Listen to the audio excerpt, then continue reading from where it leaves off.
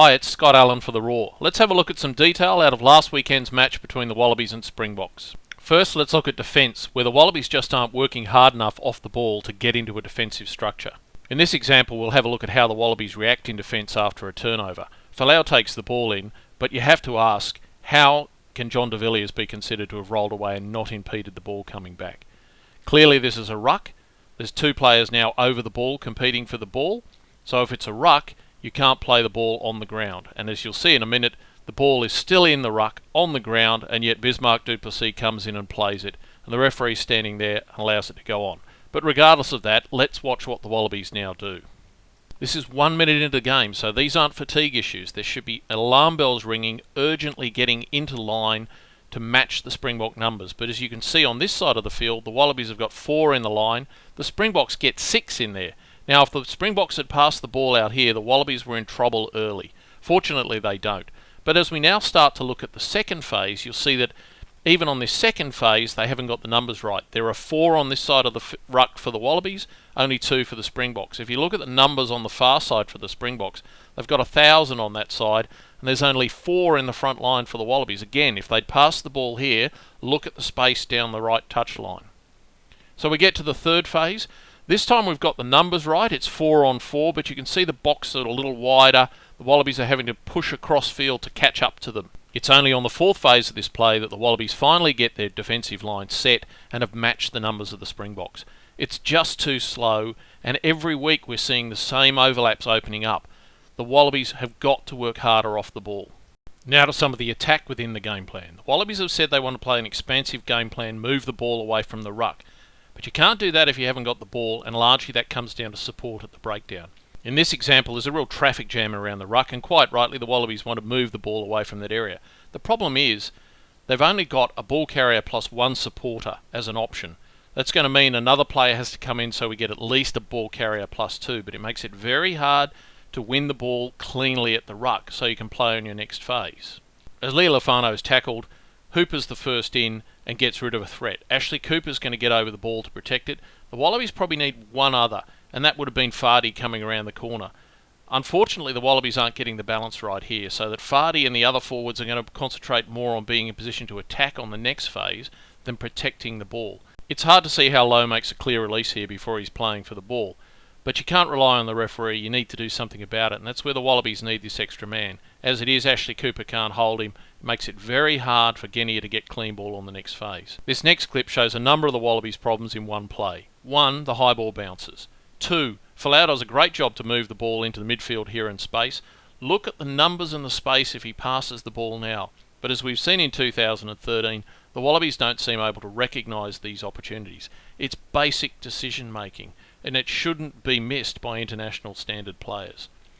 Folau takes the ball into contact, and as you can see, there are Springboks everywhere, and there's only Moen who gets anywhere close to the breakdown. Fardy arrives, but by then it's too late. And again, it's another turnover. Wasted opportunities for the Wallabies. Now I know the next clip's later in the game, but when Scott Sio gets knocked over, there's 3 players close to the tackle. 2 Wallabies, 1 Springbok. Who's more desperate to get in there and secure this ball? You would have thought Ben Moen's a fair chance to get in first over this ball, but as we'll see, it's Strauss that's more desperate. He gets in first, he's lower than both Moen and Folau, and as a result he's able to steal the ball. And even though Fardy now arrives and helps, Strauss has already stolen the ball. It's another possession turned over. And again, this is a recurring theme week after week. Now to some more examples of what's happening with the Wallabies attack. I know there are a lot of people talking about the fact that the Wallabies 10, whoever it is, needs to take the ball to the line more.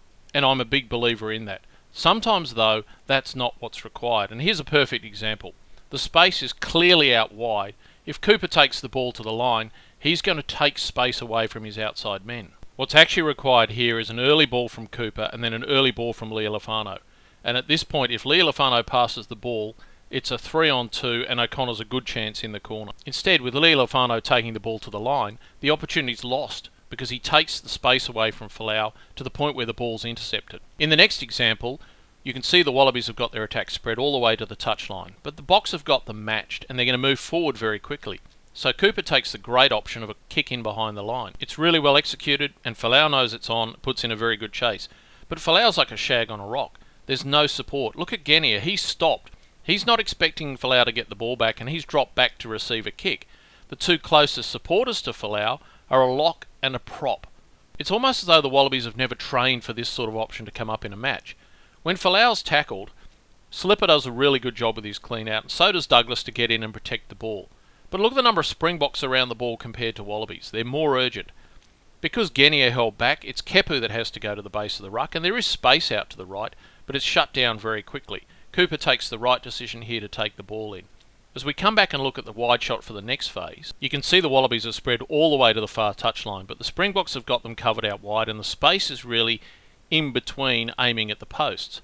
The problem there is the Wallabies have only got Moen as a ball carrier, and he's got one supporter in Douglas behind him. So again, with just a ball carrier plus one, Douglas is going to have to be very efficient to get clean ball here for the Wallabies, and he slightly overruns him, so he's not efficient with his breakdown work, and it's very scrappy. Moen tries an offload, and fortunately it's knocked down. The Wallabies get the ball back. Here's another example of missed opportunities. O'Connor takes the ball, shifts it to Folau. The space is clearly out wide. Ashley Cooper now, if he takes two paces and delivers the ball, it's a 2-on-1 outside. He chooses not to pass the ball, runs back into traffic, and again, the Springboks are hungrier. They're in better position at the breakdown. They get over the ball.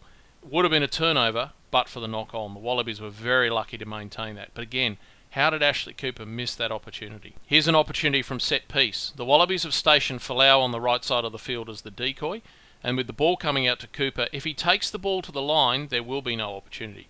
But if he gives the ball immediately to Lealifano and then loops around to get the ball back, look at the space Cummins is on at the bottom of the screen. All Cooper needs is the ball back from Lealifano, but unfortunately they can't execute, and it's going to be another opportunity lost. The good news here is, look at the fact that Hooper and Moen both got into that breakdown early, and as a result, the Wallabies win the breakdown penalty rather than the Springboks. In this example, the space is again on the far touchline. If Cooper runs the ball, there will be no opportunity. What he needs to do is move the ball wide and quickly, which he does with a great pass. If Ashley Cooper passes now, there's a 2-on-1 outside him. But I know it's getting repetitive, it's another opportunity lost. In the next example, we'll see a really good line from Ben Alexander, who runs a different angle coming back on the inside to help hold defenders. Cooper takes the ball to the line, holds some defenders. It's great work from Lealifano, and then Slipper with the run. But look how far back the support runners are from him. He's a bit isolated. Fortunately, Cooper doubles around, takes the second touch, gets a good offload, makes a good offload to Folau. Folau creates an opportunity, and Lealifano really should have held this ball. You just can't waste opportunities like that. Here's another one with the spaces on the right touchline, and again, Cooper's got to get the ball out there quickly. He's got the pass to do it. Folau straightens, draws his man, passes. Ashley Cooper straightens, draws his man and passes, and look at the result. So the Wallabies' expansive game plan could have taken advantage of these opportunities, they just weren't executing. And finally, a set-piece play from the Wallabies. Lealifano at first receiver, Cooper out the back as a decoy, and a flat ball to Ashley Cooper. The opportunity is created, but let down by poor execution again. I can't believe that the Wallabies coach is going to have to dumb down the game plan to cover for these basic errors.